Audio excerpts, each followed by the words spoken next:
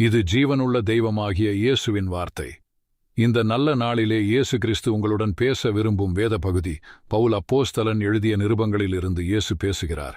பவுல் சொல்கிறார், ஆனபடியினாலே அவருடைய இளைப்பாறுதலில் பிரவேசிப்பதற்கேதுவான வாக்குத்தத்தம் நமக்குண்டாயிருக்க, உங்களில் ஒருவனும் அதை அடையாமல் பின்வாங்கிச் செல்கிறவனாக காணப்படாதபடிக்கு பயந்திருக்கக் கடவோம்.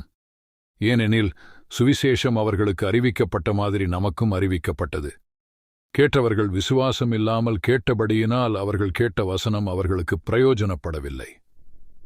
விசுவாசித்தவர்களாகிய நாமோ அந்த இளைப்பாறுதலில் பிரவேசிக்கிறோம்.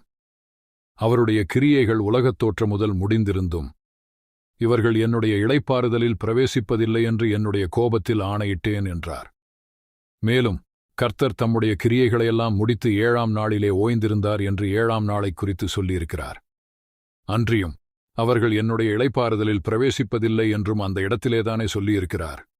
ஆகையால் சிலர் அதில் பிரவேசிப்பது இன்னும் வரவிருக்கிற காரியமாயிருக்கிறபடியினாலும் சுவிசேஷத்தை முதலாவது கேட்டவர்கள் கீழ்ப்படியாமையினாலே அதில் பிரவேசிக்கவில்லை.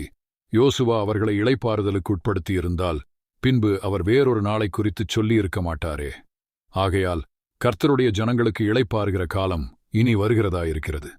கர்த்தருடைய வார்த்தையானது ஜீவனும் வல்லமையும் உள்ளதாயும் இருபுறமும் கருக்குள்ள எந்த பட்டயத்திலும் கருக்கானதாயும் ஆத்துமாவையும் ஆவியையும் கணுக்களையும் ஊனையும் பிரிக்கத்தக்கதாக உருவக்குத்துகிறதாயும் இருதயத்தின் நினைவுகளையும் யோசனைகளையும் வகையறுக்கிறதாயும் இருக்கிறது.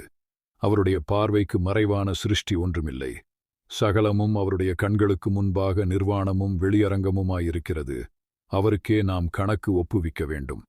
வானங்களின் வழியாய் பரலோகத்திற்குச் சென்ற தேவகுமாரனாகிய இயேசு என்னும் மகா பிரதான ஆசாரியர் நமக்கு இருக்கிறபடியினால் நாம் பண்ணின அறிக்கையை உறுதியாய்ப் பற்றிக் கொண்டிருக்க கடவோம். நம்முடைய பலவீனங்களை குறித்து பரிதபிக்கக்கூடாத பிரதான ஆசாரியர் நமக்கிராமல் எல்லா விதத்திலும் நம்மை மாதிரி சோதிக்கப்பட்டும் பாவம் இல்லாதவராயிருக்கிற பிரதான ஆசாரியரே நமக்கு இருக்கிறார்.